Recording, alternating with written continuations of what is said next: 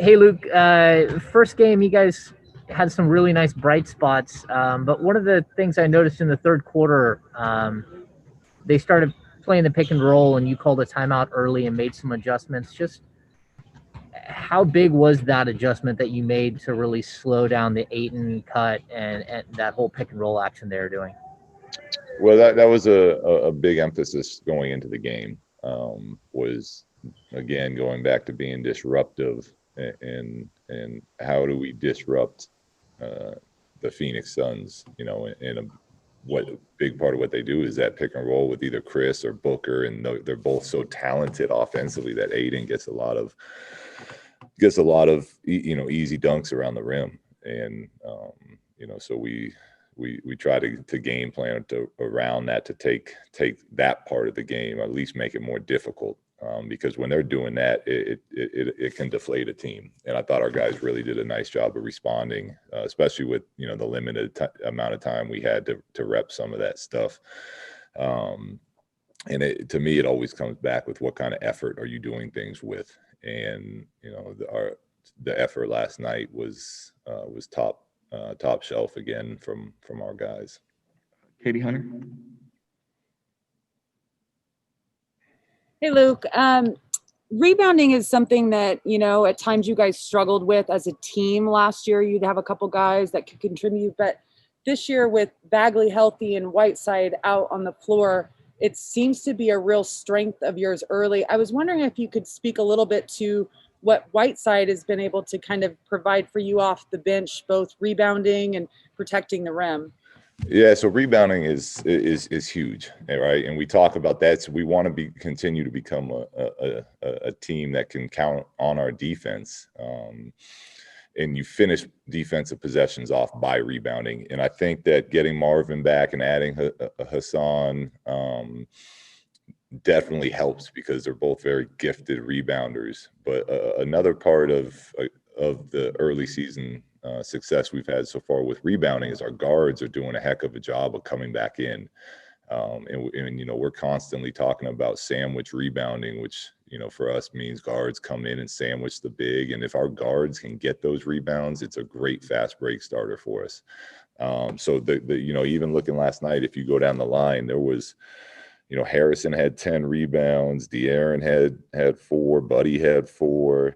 So, a lot of that, Glenn had 3. So these are like wings and guards that if they're coming in and helping rebound, one, it makes us a better rebounding team, but it also makes us a better transition team. So it's been a good job by the group as a whole.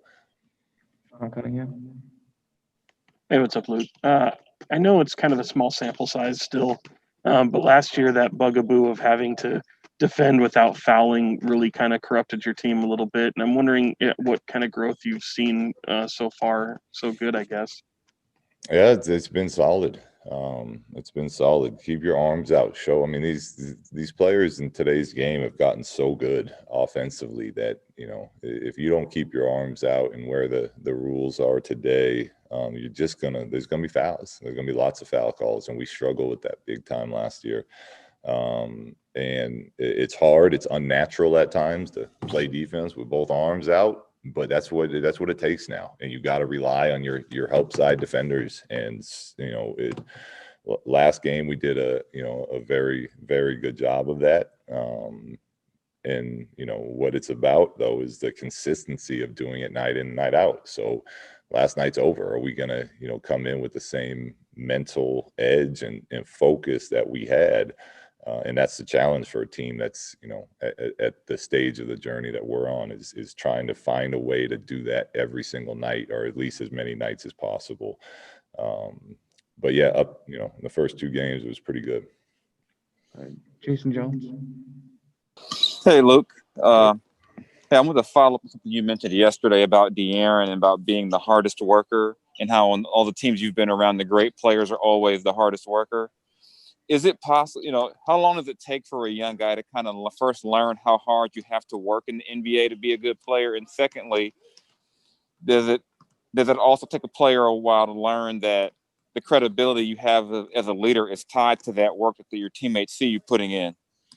Yeah, it's a good question, but there's not an answer for it because it's different for everybody.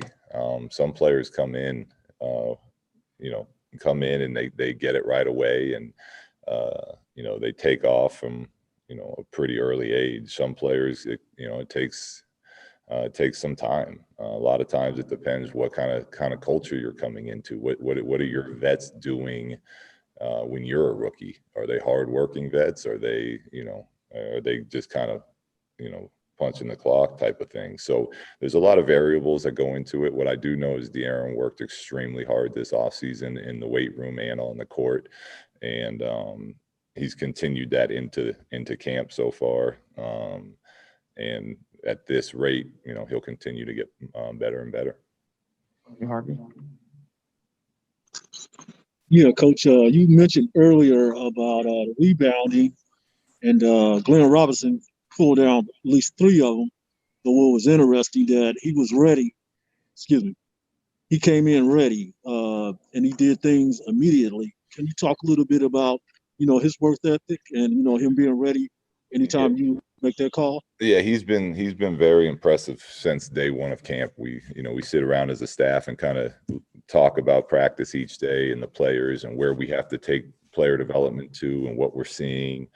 And we were all shocked that Glenn was even out there for us to have as a training camp invite. This guy's a very good basketball player, very professional. He didn't play at all in the Denver game, and as this season goes, what I told the guys last night is what Glenn did tonight, we're going to need from everybody at some point. Like, this is going to be a crazy season, and there's going to be certain nights that, maybe you haven't been playing, but you have to make sure you're ready. And I thought Glenn set a great example of that in his minutes, in last night's game. Amen. Coach, in the 2 games, 31, 33 free throw attempts, how important is that to success? And do you and your coaching staff have a target number that you want to see them hit each game? No, it is very important to success. What we have is the goal and the concept that we want to aggressively attack the rim.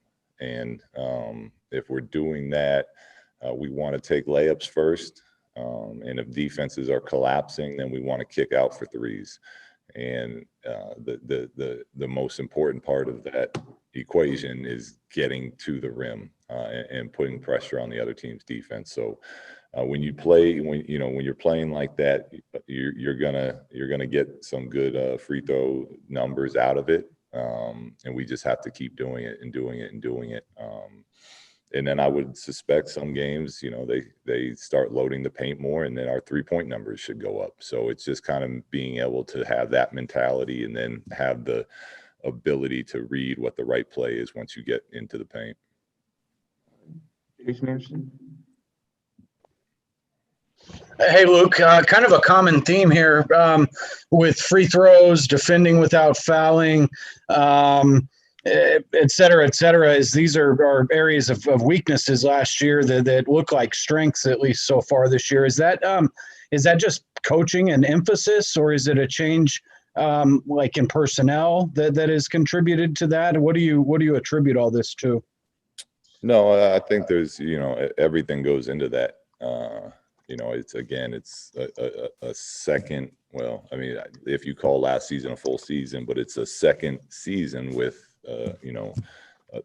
for the most part, the same group. We added some new coaches, there's some new players, but it's why we talk about building winning behaviors, winning habits.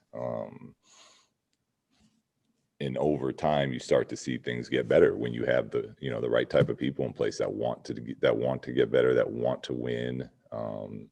And so I think it's a little bit of everything that is why we've seen it early. Now it'd be great if it continues to just go, in that direction, but there's going to be a lot more speed bumps and taking steps back again. It's just the way it works in our league, but I'm very pleased with what we're getting out of the guys so far. Hey, Coach, good to go. Thanks, guys.